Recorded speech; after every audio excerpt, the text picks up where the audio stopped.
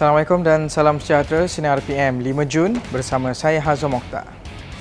Ahli Majlis Pimpinan Tertinggi UMNO Datuk Dr. Muhammad Puan Zarkashi menegaskan bahawa UMNO tidak akan menyertai Perikatan Nasional secara rasmi jika gabungan itu didaftarkan pada masa akan datang. Beliau turut mendakwa perkara itu berbeza dengan Hasrat Bersatu yang menurutnya ingin menjadikan PN sebagai pertubuhan rasmi.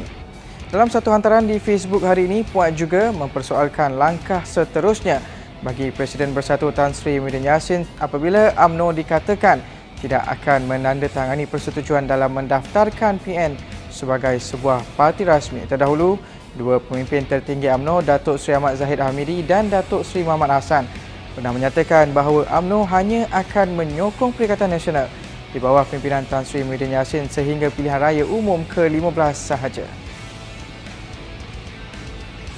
Mesyuarat Majlis Pimpinan Tertinggi Bersatu malam tadi menyokong dan memberikan mandat penuh kepada Presidennya dan Tan Sri Muhyiddin Yassin sebagai Perdana Menteri ke-8.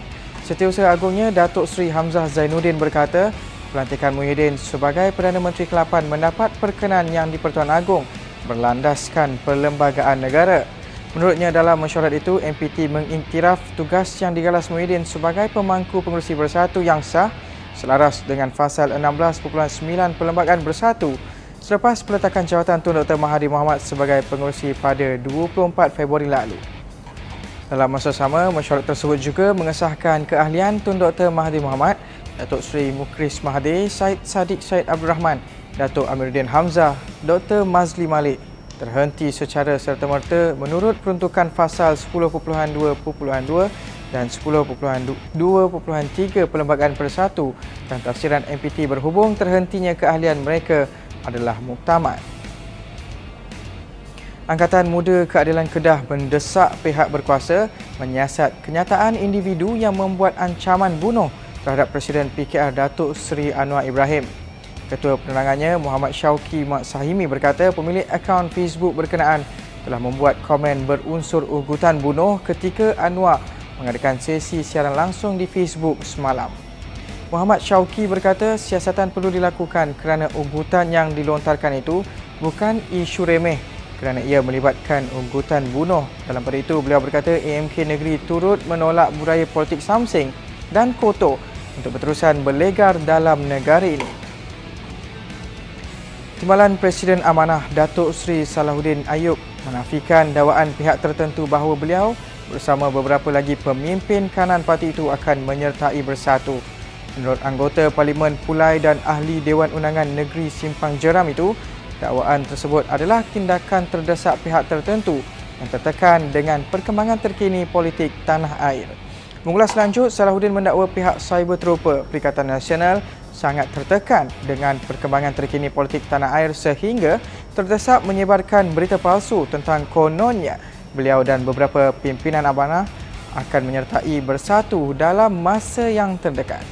Beliau yang mengklasifikasikan laporan tersebut sebagai fitnah murahan berkata, perkara tersebut bagaimanapun tidak akan sedikit pun menjejaskan usaha dan komitmen Pakatan Harapan dalam mengembalikan mandat rakyat dan menyelamatkan negara daripada bencana politik Perikatan Nasional.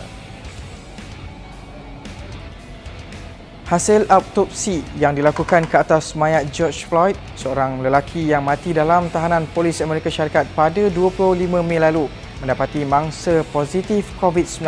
Agensi berita Reuters melaporkan jangkitan itu bagaimanapun tidak disenaraikan sebagai faktor kematiannya. Menurut laporan 20 halaman yang diterbitkan semalam oleh pejabat pemeriksa Hennepin County, Floyd meninggal dunia akibat kegagalan kardiopulmonari selepas salah seorang anggota polis melutut dan menekan lehernya selama hampir 9 minit. Laporan Bedah Siasat turut menyebut sampel swab hidung yang dikumpulkan daripada mayat lelaki berusia 46 tahun itu kembali positif COVID-19 selepas dia disahkan dijangkiti virus buat kali pertama pada 3 April lalu, iaitu hampir 8 minggu sebelum kematiannya. Teruskan setia bersama Sinar Harian di portal Facebook, Instagram, Twitter dan YouTube. Dan jangan lupa untuk muat turun aplikasi Sinar Harian bagi mengikuti perkembangan semasa dalam serta luar negara.